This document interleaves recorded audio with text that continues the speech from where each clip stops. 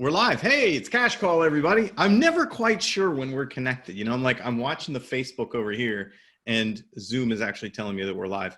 Welcome today, everybody. Good to see you with Brian Curtis, my co-host. Brian? Yeah, it's always great to be on Cash Call. It's one of my favorite. I look forward to every Wednesday, just this opportunity to, do what we do, get to interview people. We get to talk about calls. We just talk about sales, and that's really what kind of makes me go. And, always excited to do it. So welcome to be here. Why don't you introduce our guest there, Dale? We have a great show today. Today, Mike Ferl of Hiraeth Homes and W Real Estate has agreed to let us interview him. Mike is a great real estate agent out of, was it Northern Bay Area, you said, Mike? Yeah, it's Sonoma County. So we're in the heart of wine country up here. Great. And so Mike and his team are killing it.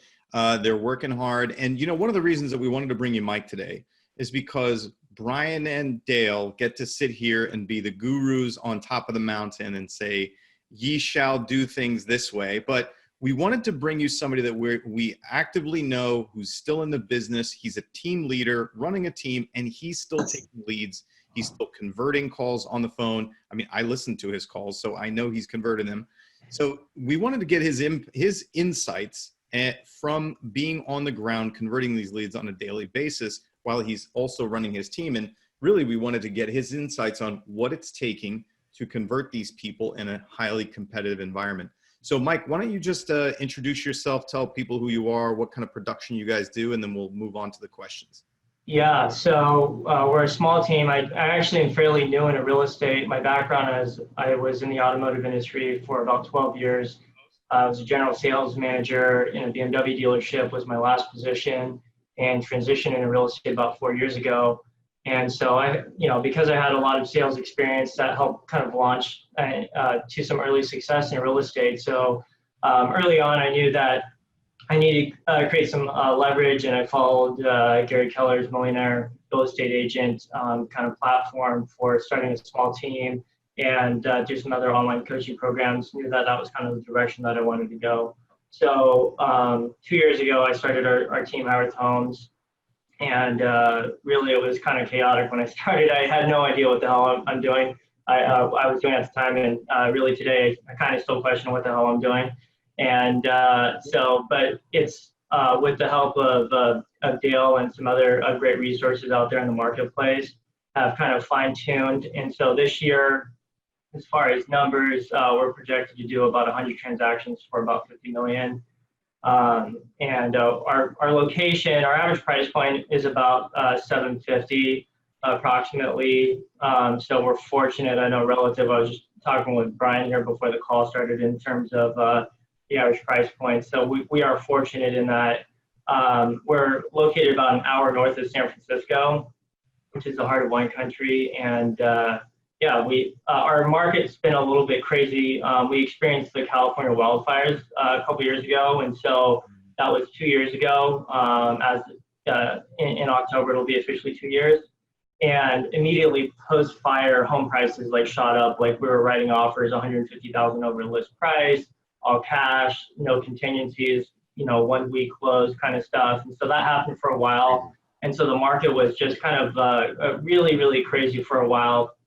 And so, of course, it's corrected itself since then, but it's been overall an interesting journey. And I'm still actively in production. I'm still the primary agent on the team in terms of production, but we're hoping to slowly change that. My goal is to be out of buyer production by the end of the year.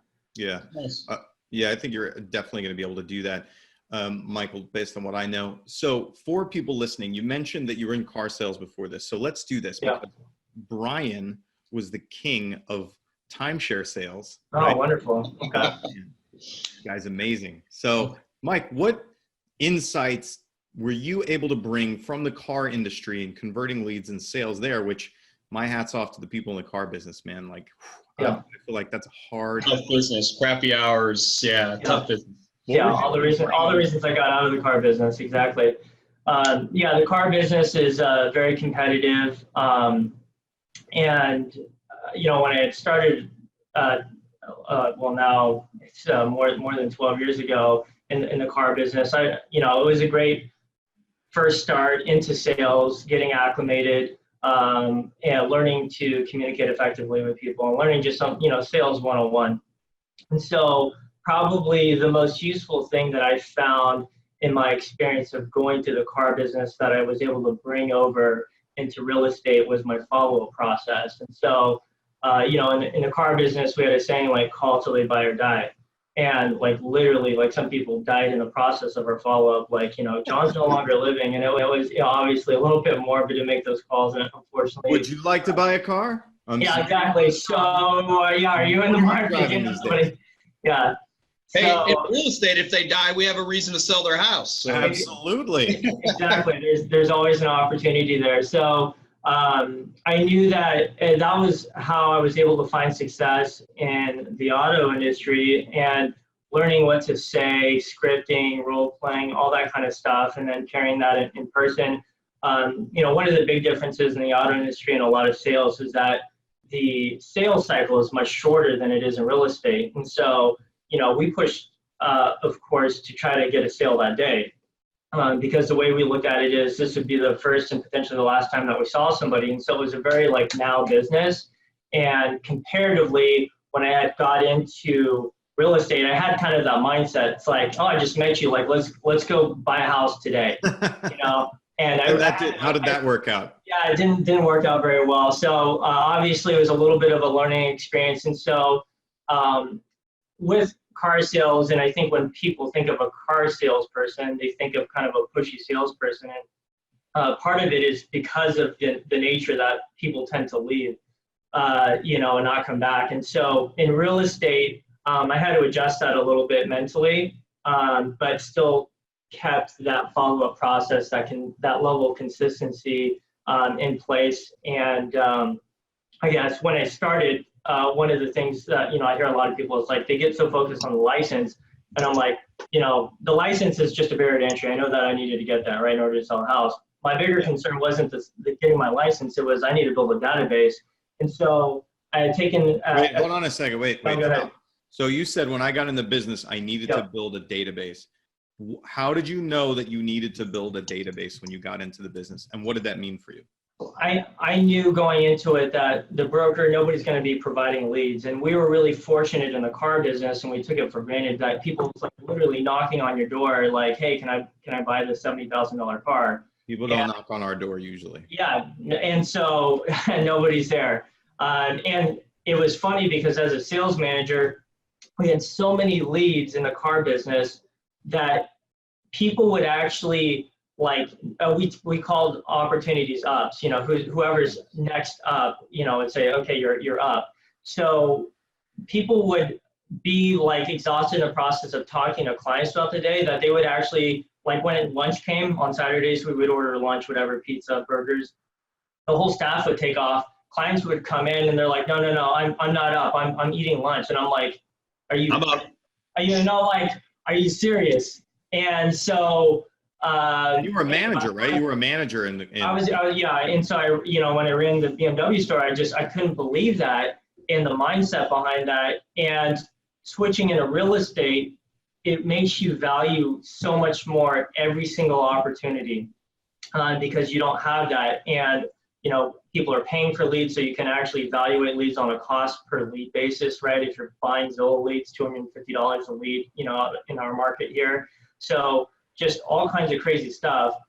So I knew that, and after doing a lot of reading, and I knew that my database was the most important. So while I was getting my license, the first thing I'm like, well, who do I call?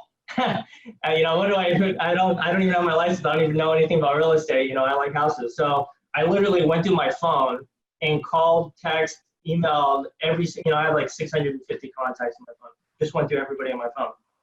Every day I'm like, okay, I need to make 30 or 40, dials, or attempted contacts. And so I did that every day while I was getting my license. So I did my educating. I'm like, okay, I'll do it for 2 hours in the morning. Then I'm going to do my prospecting. And it was just simply, hey, I just want to let you know that I'm no longer in the car business. I'm going to be starting in real estate. So if you know anybody that might be interested in buying or selling, let me know if anybody has any questions.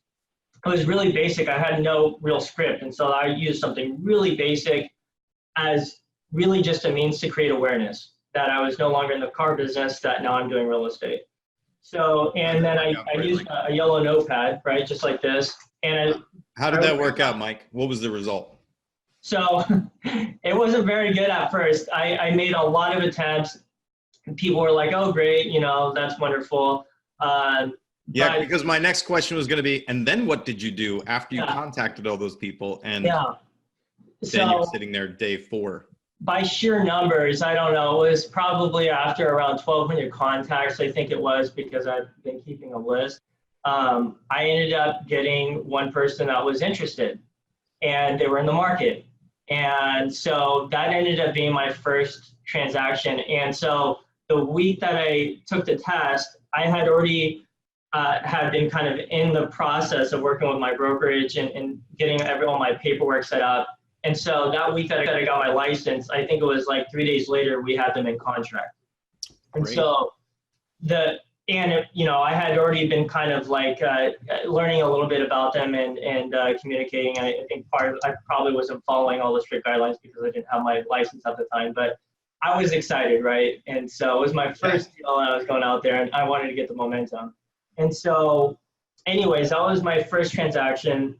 And so I continued to try to develop my database through contacts. So then I'm like, okay, I contacted everybody on my phone. Who else can I call? Well, I have people on Facebook. I know there's people are actually friends with me on Facebook. Let's try this. So then I started contacting everybody on my Facebook. And, like DMing people? Yeah, DMing people, you know, then kind of cross-referencing to see if I can get their numbers, cross-referencing with LinkedIn, all kinds of stuff. You know, and then I also try to identify people that I knew that are well connected in the community as potentially try to get sources for referrals. And coincidentally, one of them, this person I had no idea, he owns a life insurance company here in town. He sells life insurance. Him and his son run the business. So I sent him a message, and he knew he was well connected. I'm like, this guy knows a bunch of stuff, and somehow I'm friends with him on Facebook. So he was kind enough. He's like, yeah, you know, I'm not in the market, but I'd love to get to know you. And so after I met with him, I come to realize that his entire database is based on a referral-based business. And so, and he's been pretty successful selling life insurance, works for New York Life. So introduced me to him and his son, and was very nice. And, you know, I think at the same time, he was also looking for a future opportunity to sell life insurance. Oh, yeah. And so anyways, the long story short with him, fast forward, we've got now 4 deals, 4 referrals from him. I've bought life insurance from him. You know, my family, we have 2 kids now, and so we needed a life insurance policy. So we wanted to make that reciprocating. And his son's going to be buying a house from us over the next 6 months. Good. So a lot of networking, Mike. A lot of networking, yeah. And I know that you do a lot of referral business now. Go ahead, Brian. Yeah, I just want to take a step back because here's the thing, Mike. I appreciate your story, but I want to highlight some points in it because I want people to really understand some of the things that you did that made you successful.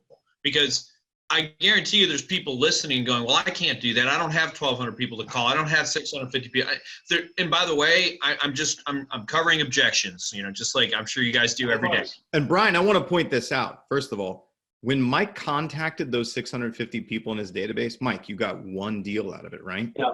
Yeah. You got 1 deal out of it. So I don't want people, and now you guys are doing over 100 transactions a year. I want people listening to realize it's a grind, man. And you don't jump in, start making contacts to it's not you can't smash and grab with your database, right? You've got to work that database over time in relationships and conversations. Go ahead, Brian. Yeah, and I love that what you're saying that because, you know, there's companies out there, and I'm not interested in calling any specific companies out there, but there's companies out there, they say, come to our company. What should you do? You should call everybody you know. Well, great. What do I do tomorrow? Yeah, day 2. You know, and that's an exaggeration. You had 650 people, but you'd also built a database from the car business, which I'm guessing is one of the things that you could do. So I'm going to come back to that, but here's one of the things I want to ask you. So this is the thing that always makes me, and if you're out there and you're watching and I'm insulting you, I'm going to apologize on the front end. But the person who comes to me and says, I want to be a real estate agent because I love houses, that person scares the crap out of me. That was because me. I don't think that they know anything about real estate. So probably. But here's what I heard that was really great. Mike said, I was in sales and I figured if I could sell cars, I could sell houses. Now, he didn't use those words, but that's what he said. And here's my other question for you, because I was in the timeshare business. We made the jokes that there was no such thing as a be back. We used ups and outs, same lingo. You and I could have a conversation. It would be identical. I was just selling a different product because people showed up. They never came back. Same mentality. But here's one of the things that I took away from that. So when I'm selling a timeshare, when I'm selling a house, or when I'm selling a car, it's that product is right there. Like, I've got to sell that exact product. And here's the switch that I think you've probably seen, and the switch that I have to make. I'm no longer selling a product. I'm selling myself. I'm selling a service. And people think that when you're in real estate, you're selling houses. Step one, you're not selling houses. And if you switch that mentality to that. So here's what I did. I stayed in the today business. It's just the today part of it was, today, you and I are going to become client and service person. And so I'm pretty hard about today. It's just the difference is, I don't care if you buy a house today. I just want you to buy me today. Have you continued with that idea when you meet with people? Yeah, no, I 100% agree. And I think the general public and individuals entering real estate have that mindset is like, I'm such a good salesperson. I'm going to sell that house. I'm going to do such, check out the tile and check it. Like, that's not what happens when you go on showings. You don't sell houses. And so you're selling people, like you said, on your knowledge, your piece of your experience, your relationship skills, all those different things, but you're not selling houses. And like, I really don't, when we go to showings, I have a showing assistant now, so I don't do the showings very much, but, when I didn't like, it wasn't like, wow, check out the living room, guys. Like, no shit. I know that the living room's right. We've all been in a house. You don't need to think about it. So, during that process, I learned that I try to point out, for example, things that maybe they're not paying attention to, dry rot, information that is going to stop, because they're looking at all the kind of superficial things. And so that's where I try to insert value is if I was them purchasing this house, what would I want to know with the information that I have now? And that's where we try to provide additional value beyond, just the general perception of what real estate agents do of just opening doors and like, check out this beautiful kitchen, because that's not what ends up getting escrows closed. And so, let's talk a little bit more about some of the sales, because the purpose of our call is we're talking about selling. We may not call it that. We're talking about selling. So let's talk a little bit about that. Let's talk about, here's something that real estate agents, if you talk to them across the board, except for the top 5% or so, they're afraid to close. And we have this discussion all the time. I don't want to close. I don't want to be a high pressure. And if you're watching right now, you want to be high pressure. You just don't want to appear high pressure. Right. So, and pleasantly persistent is what you want to do. Yeah, absolutely. And so things that I loved about you, the number one thing that Mike said, that the first thing he did is when he realized when he got in the house business was he needed to follow up with everybody. I love that, because the fortune's in the follow-up. That's something that we say all the time. And here's the thing, the next lead is not any better than the lead you just spoke to. And so follow-up is everything. But let's talk just a little bit about closing. So if I meet with you, tell me some of the things that you do to ensure that I become your client, because I think that's something that's really important that really gets missed in our industry. Yeah, so that's a good question. One of the things that we really pushed for and have been more consistent of, particularly this year as the team continues to grow, is making sure that we're getting commitments up front, that we're not artificially, especially with new clients. I think we, especially newer agents, tend to do this, and even experienced agents, that we get phone calls if either you're buying leads or getting online leads, whatever the situation is, and somebody wants to just go see houses. So we immediately we assume that they're working with us, and that's a false assumption. And we don't And I can tell you, I did it because I didn't know better when I started, until I started getting burned. I go open up a bunch of houses and then find out later, I follow up with them the next couple of days. Yeah, we wrote an offer on that house.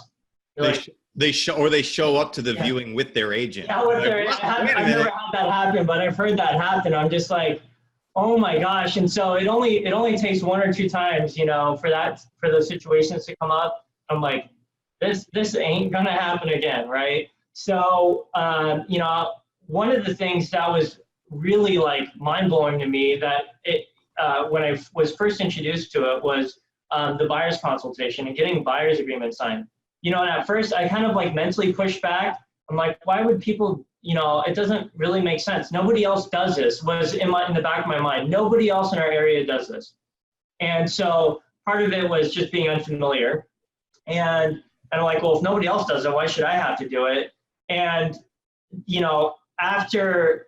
so I kind of just forced myself. I'm like, it makes sense logically, right? We get listing agreements signed, we get them committed, but we don't do that for buyers. And for most newer agents and newer teams, we're primarily buyer heavy when you're newer in the business. Absolutely. And so I'm like, we're losing some business on some of these, or we're spending time on clients and we don't have them committed. So mentally it made sense why we do the buyer's consultation. So I just started doing it. And so like this morning, I signed, with a client. So we have a buyer's agency agreement. We do a buyer's consultation, make them meet in the office.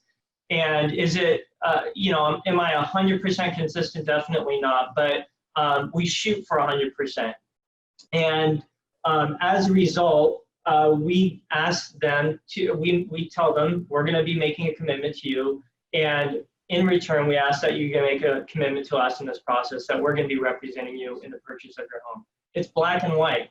And we're still in the process, and with Dale's help on some of the coaching calls, we're still training the agents and getting their confidence level up, but we can see that progress being made consistently each week by the increase in number of signed buyer's agreements.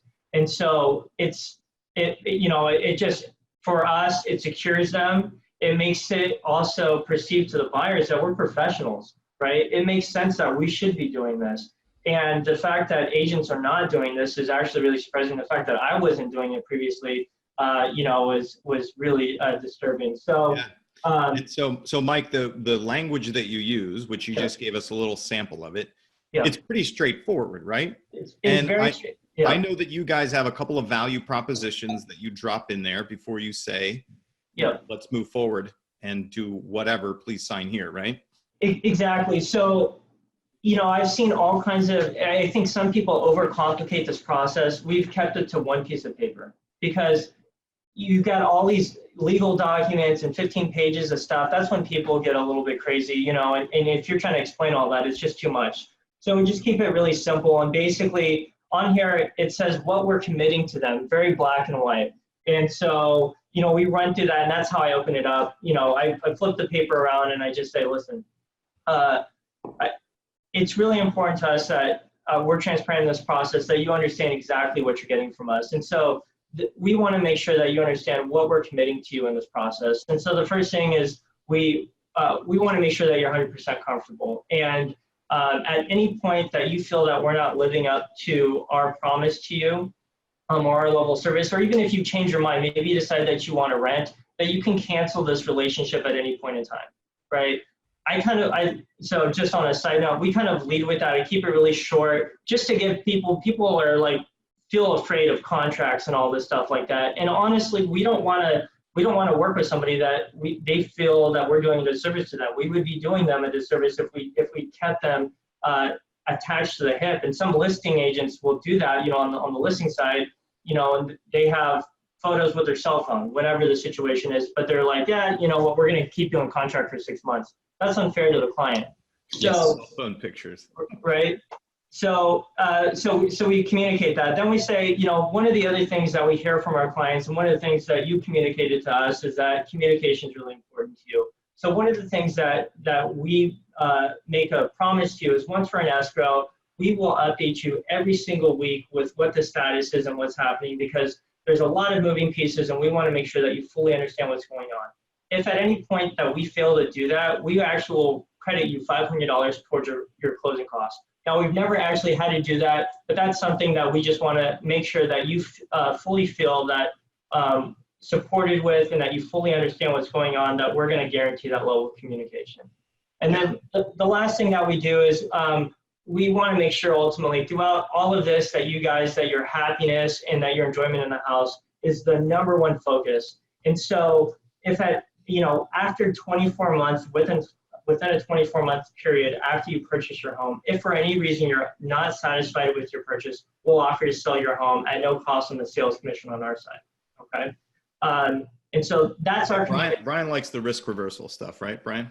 I do. The guarantees and risk reversals. Yeah, I mean, how many of those have you sold in the last year? These and 0. So I've done 2. I mean, I'll let you know, for all those people out there, guys, it's a real program, and I've sold 2 houses for free in the last 2 years. But wow. How many deals did I get from that? I have no idea, but I've sold 2 for free. Exactly. Are you going to have to use it every once in a while? Like, look at Costco's return policy.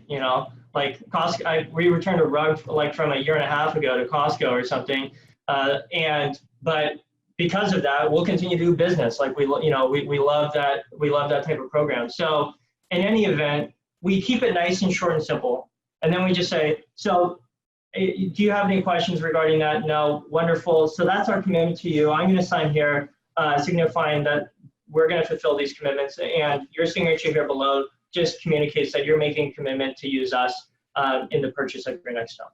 Great. So here's the $1 million question, and I know it's not 100%. If it is, then you're not going to enough appointments. But realistically, if you present that to 100 people, how many people say no? I would say probably 40% of the time. There's always, there's objections that come up. It doesn't mean that we won't get them to sign. People will say no. I would say in terms of overall, if we look up our numbers, our actual sign ratio for those are closer to like 80%, 85%. It's pretty high. Point. Yeah. And so I want everyone to think about what Mike just said. He said, look, if we meet with 100 people, 80 to 85 will sign this document. And there's so many objections out there that I hear from agents. Oh, they won't sign that. They won't do this. They won't do this. I'm sure Mike is a great sales guy. I've known him now for 28 minutes, so I don't really have. But my point is that even if you're not quite as good as Mike, what if you got 70% of the people to sign some sort of buyer agency agreement, buyer broker, whatever you call it? How much better would your real estate life be instead of going and showing somebody 30 houses and then you call them back and they go, oh, yeah, I bought a house yesterday? A lot better. It's so much better. You're creating professionalism, and I love that, because there's one thing that's missing in our industry, and honestly for me, thank God, because I don't want to work any harder than I already do, and I know that I get a bunch of business by just being more professional than everybody else. So professionalism, and then not being afraid to say, you know what, I'm going to work my butt off for you. I haven't seen Mike's commitment, but he's saying, I'm going to work my butt off. I'm going to do this and this and this and this for you. In return, the only thing I ask is that you work with me. Doesn't that seem fair? Yeah. And I love that you're willing to do it. So many people spend their life showing houses to people, and then they get ghosted. You get ghosted because you made no kind of commitment from either party. And so I love that about it. And I, to your point, I think for some of the people that are not signing, we also don't want to work with some of those individuals. And that's an opportunity to know that right then and there. I want those objections. And I think that for a lot of people, we're afraid of the word no, and we're afraid of the objection. And so to skate around that, we simply avoid asking the question. Yeah. So that way we don't have to be put in that situation of uncomfortable, feeling uncomfortable, to have to respond to those objections of, no, I don't really feel comfortable signing. We have a lot of people that are uncomfortable signing. And so we ask why. Yeah. So why wouldn't you want to sign? Let's hold, and then the truth starts to surface, right? Well, we're not looking to purchase for 6 months. We're not, we're still saving up. We're doing whatever. We have to talk to my mom, right? A million different objections, right? But those are important because those are going to impact them. If if they're 6 months out because they have no money in the bank or they need to do some work on their credit, you don't want to be showing them houses every single week for 6 months. No, you don't. Right? And the other thing that we talked about, Mike, is working on improving the sign rate when you get in front of them by giving them a precursor when you're setting that appointment with them, right? Yes. Have you started working on that? Yeah, in all fairness, I could do a better job at that. And so that's something that we're working on is planting that seed. When we meet, what I'm going to do is go over a few of the benefits of our team. And at that time, I'm going to be making a commitment to you, and I'll be asking you to make a commitment to me. If we're a good fit, hopefully we'll continue that relationship. But I'll go over that when we get together. Does 5 o'clock or 6 o'clock work better for you this evening? So, So giving them the idea that we're going to have a conversation, right? Yeah, exactly. Because when you just show up and put paperwork in front of somebody that did not expect to look at paperwork, did not even know that was a possibility, they're like, so that happened with one of our agents. That happened with Adam, actually. He did that, and that thing went sideways so fast. These people came from, and they drove a couple hours away. And he didn't even communicate it to you, Dale. He was so embarrassed by it. And it really messed him up mentally because that's a shame. Because it went so bad. And he immediately knew. He's like, it's because I didn't set the expectation. Yep. And it was a total half attempt. I don't know if he's on the call, but it would be hilarious if he's watching this. But he didn't set the expectation, and he also didn't do the full buyer's consultation. He kind of just I'm going to make friends with them, and then I'm going to be hey guys, so this is some things that we offer. So if you can sign here at the bottom, and it just doesn't work that way. You can't half-ass it. You have to do the whole thing. I've done that before on listing appointments. Mm-hmm. Where it was a referral. I thought we were pals. I just show up and I'm like, yeah, we could sell the house. It'll be great. Sign here. And they're like, hold on a second. Wait a minute. And I was like, damn, I just really shit the bed on that one. Yeah. So I've definitely done that before. I've always, after getting burned a few times and making that false assumption, I always try to be over prepared in every situation as much as possible, by doing a little bit further research, whether it's listings or buyers presentations. And that way, if they're all smooth and they don't want to interview and they're ready to sign with me, that's wonderful. So that, that doesn't happen all the time, but when they do, it feels great, right? Yeah. But if I always anticipate and expect that I'm going to be competing with multiple agents, that they're going to be interviewing, that there's going to be objections, that there might be another party involved. And so I have that expectation going into it. So when those objections come up, it doesn't disrupt the process, that I'm going to be ready to address those. Yeah. No, that's great. So Dale, I know we're kind of getting to the point where we're getting near the end here. I would like to, if it's okay with you, I'd like to hear your takeaways, and I'd like to share some of mine, because I feel like Michael's given us almost too much good stuff. So maybe we can do that. What's funny is I'm at an advantage on this one because I get to talk to Mike on a weekly basis. But, I think for the people that are out there listening, some of the really important things are Michael's still grinding. Michael runs a team. Michael came from car sales. He understands the value of follow-up, which for him in that business and in this business is critical. And one of the things that I know about Mike is he's literally fearless to talk to anybody because he doesn't take it personally at all. He just knows the numbers. He knows that he's going to have a lot of conversations. Some people are going to tell him no. Some people are going to tell him maybe, and a few people are going to tell him yes, and he's okay with that. And he just keeps doing it. And it shows, the results show. And, when he implemented that simple, systematic approach to being professional about what he does and asking for a written commitment with someone, and once he put that into his business, it made a massive impact. And I'm going to tell you this, I'm sure that it makes a massive impact on everyone that he talks to, every lead, every prospect that he gets in front of, because they regard him in a professional manner. And now that you have it nailed, once you have it practiced, Michael, it's super simple to do it, right? It is, yeah. You don't have to think about it. And just like anything else, it's like the first time that you I remember the first time selling like $1 million house was like kind of daunting, right? Like something's going to be different. And people are people. It's exactly the same. And doing They this, just like call you a few more times. it's like the person with the $50,000 shack and the person with the $5 million house will call you equal amounts of time. Exactly. It bothered you too much. So just like anything else, the more that you do it, and the more that you force yourself to get comfortable with being uncomfortable in those situations, you're gonna hear the same objections and deal with the same things, and you'll get really comfortable answering them. And the great thing about that is the client also feels that they recognize when you're not like disrupted. Like if you get caught off guard with a question, they sense that immediately, and they're going to be less inclined to want to move forward with somebody like that, as opposed to someone that can immediately respond in a confident way to their question or their objection and give them peace of mind in that process.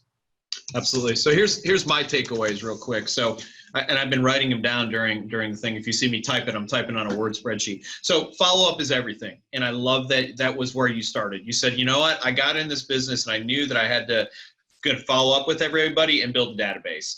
So that's really, it's amazing. Other things that I've written down during the thing is that Mike's not afraid to hustle. And I love that. He called 650 people in the first week that he was in this business. I've met agents who haven't called 650 people in the first year that they've been in this business. So congratulations for that. Simply saying, I don't know what to do, but I'm going to do it. Here's another thing I took away. Mike may not, when he started, he didn't know every script, but he knew, do you know someone who's going to look or buy or sell a house? If you don't know what script to take, this one, hey, I'm following up with people who are interested in buying and selling houses. You just learned an entire script that I teach every single agent that comes on my team. Call these 100 people and say, hey, we're following up with people who are looking to buy houses. Are you still interested?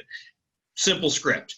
The other thing, and I love this, is what I hear you say is that you do everything the same every single time. Now, that doesn't mean that Mike doesn't go into a presentation. The guy goes, look, shut up. I want to list the house, and he signs it.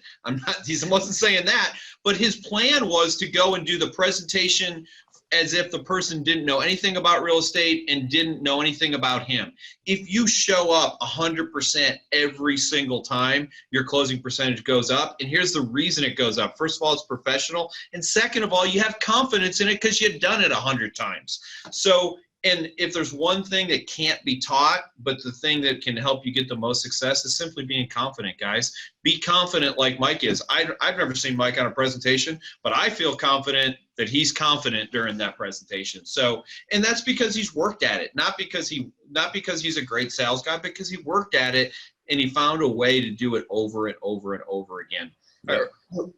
So congratulations, Mike. It sounds like you got a business going, and people on your team are lucky to have a leader like you. I appreciate that. Excellent. Thank you. Mike, thanks for joining us today. I appreciate it. Thank you, guys. It was a pleasure. Excellent. All right, great. Have a great day. See you, everybody. Thanks for joining us for Cash Call. We'll be doing some more call reviews next week. Thanks, everybody. Thank you.